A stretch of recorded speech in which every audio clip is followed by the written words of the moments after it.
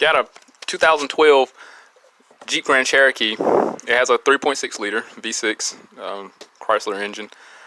It has it had codes pertaining to all cylinder misfires, and it had one code that was, let's see here, I got it right here pulled up.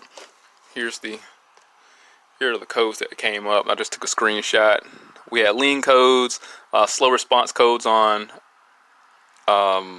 bank 1, sensor 2, fuel system lean, multiple misfires, cylinder 3 misfire, downstream fuel system rich. This is another vehicle. How do I work this damn thing? This thing's still new. Here you go, right here. So we had oxygen sensor circuit low. So it were pertaining to all the bank 1 sensors, but we also had misfire issues and slow frequency on bank 1 sensor, downstream fuel trim rich, cylinder 3 misfire, multiple misfire, and all those multiple misfires was on the bank 1, this bank here. So when I looked at the misfire counter, it was just going crazy for all 3 of these banks when low idle and cool. But even then, when it warm up, like I can start up now with the vehicle that's heat soaked, and but I have to clear all the information and reset the fuel trims. It'll start misfiring at low RPM, but once you rev it up, it'll work fine. But the long-term adaptation on bank 1 will be pegged out at 33%, and I'll show you all that. But looking at the information, it gave you a list of it. It really points you in the right direction as far as what could potentially be going on. And I guess I say that in hindsight because it didn't take that long to diagnose once I started looking at the fuel trims, especially when I have misfires. It pointed me in the right direction. And I simply just use some brake cleaner. You see this up there? Use that crap for everything. And it'll, based on what I saw, I need to go the opposite route. If it's lean, I need to go the other way and try to force it rich.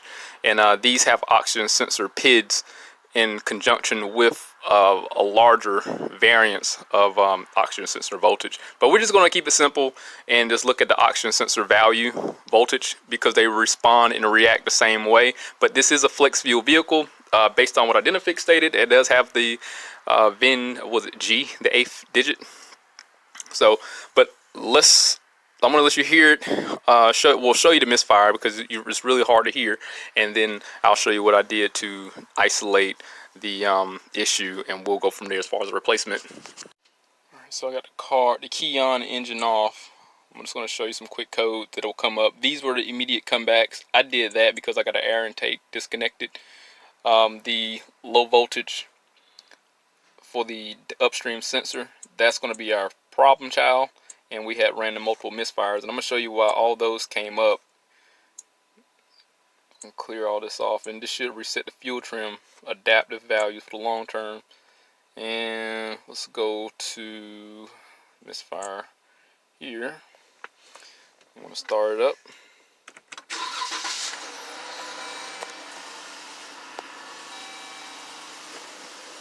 It may take a second or two, but all the misfires were down on bank 1. There we go. We're on bank 1, and there is just going crazy. It hasn't been running for no more than like 20 seconds right now. So that's why we got the random multiple misfires.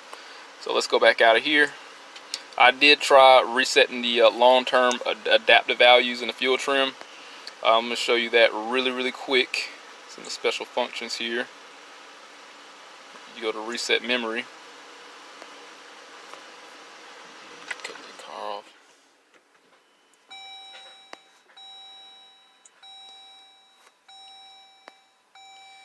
Adaptive numerator.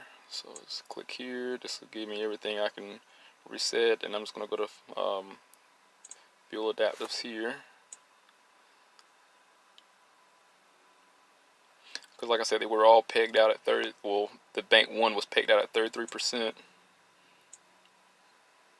And we're going to go to live data.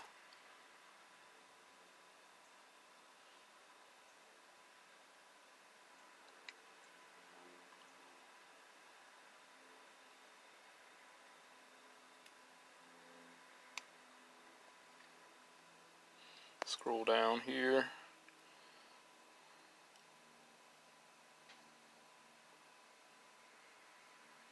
So I want to injector post reminded me. The other thing when it comes to diagnosing misfires on this car, what it will do, it'll make it very difficult because it deactivates the actual injector and the coil. So despite it not being anything wrong with the coil, it'll deactivate that and the fuel system to prevent from damaging the catalytic converter. So you gotta be very mindful of that when you're working on this vehicle. So here's our value for upstream voltage value. So we're gonna go through, we're gonna pull bank 1 sensor 2, bank 1 sensor 1, same for the other side, which is the good one. Alright, so I got everything pulled up right now. Here's the value of the bank 1 sensor 1. There's our problem child. Is misfiring now. It's kind of running funny. But I want to show you in comparison to what it's like downstream. So despite this being lean here on bank 1 sensor 1, downstream for bank 1 sensor 2 is, let's see here, it was rich temporarily, now it's gone lean. So it's running hard, so it deactivates the fuel system, so that to prevent damaging the catalytic converter. Let me see if I can get it to come back too.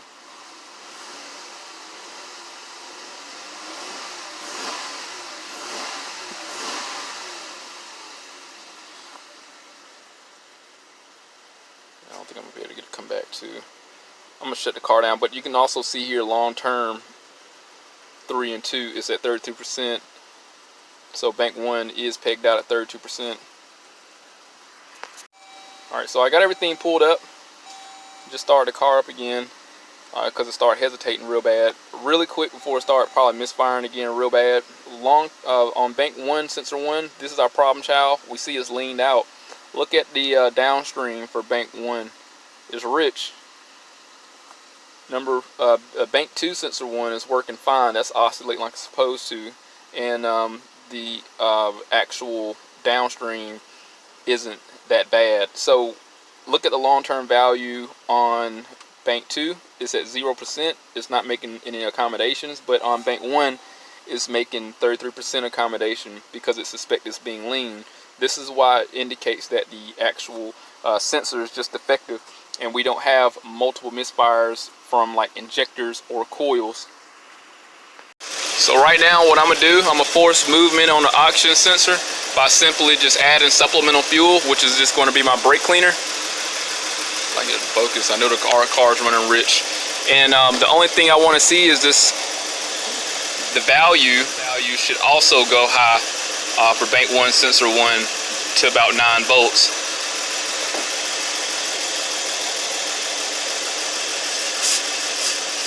It's going to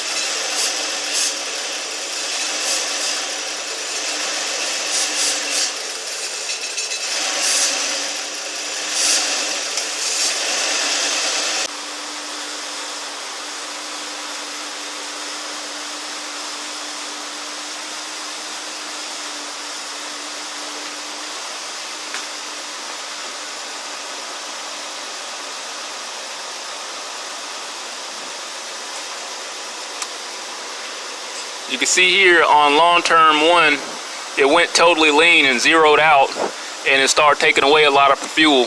So bank 2 went totally negative, taking away fuel, and bank 1 here stayed rich by adding fuel. So we're going to replace that sensor and then we'll recheck it. I'm going to let it sit here and sweat until O'Reilly's get here with the part. Hopefully the car will be cooled down enough.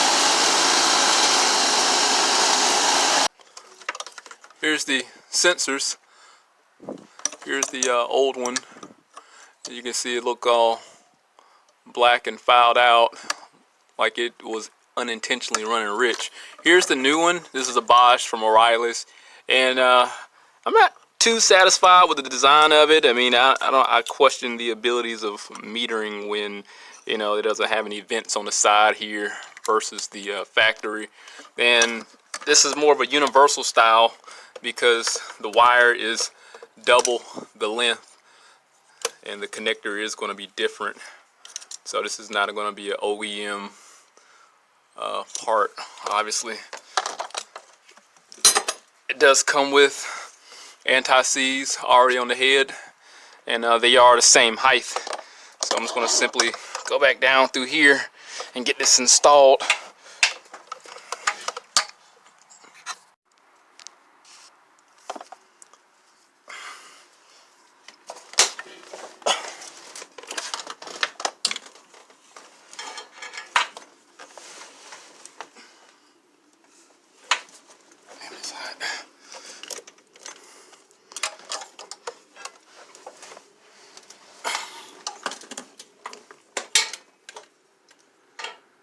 I used a 7/8 to tighten it up, but before that I had a 22 that was pretty long.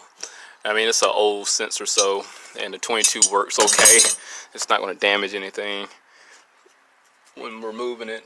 It didn't require a snug fit, put it that way, so that's why I got that.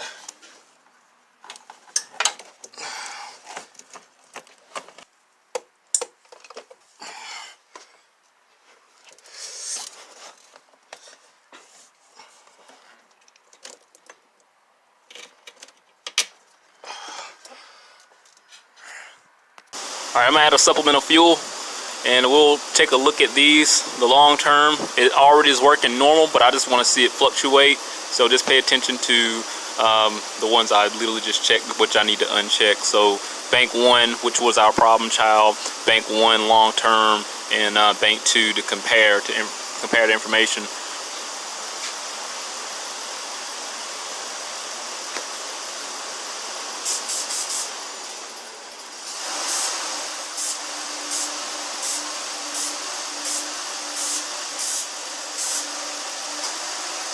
All right, let's see what we got. Okay, cool. So it's taking away negative 27% on 1. 4 is making accommodations, just that rapid, and it's gone lean simply because it started taking away fuel once it determined that it was too rich. So that's the oxygen sensors are very rapidly responding. Let's see here. I don't think we need to check the downstream sensors because the long term is making adaptations, which signals everything's working like it's supposed to. This job didn't take that long to replace the oxygen sensor. It was 0.5 hours labor time to do this bank. If you was to do the upstream on the driver's side, the labor time is 1.1 hours. That's what one of the labor guys I looked at paid for.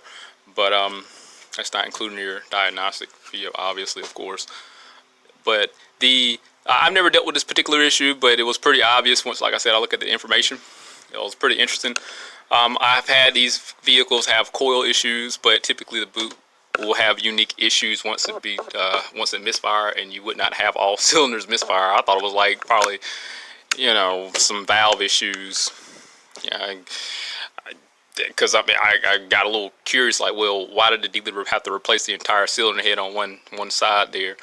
But it just should be an indicator that these cars are so fragile nowadays. I mean, even I've had older vehicles have really crazy issues because of the mixed signals from the oxygen sensor. They're just more integral on certain manufacturers.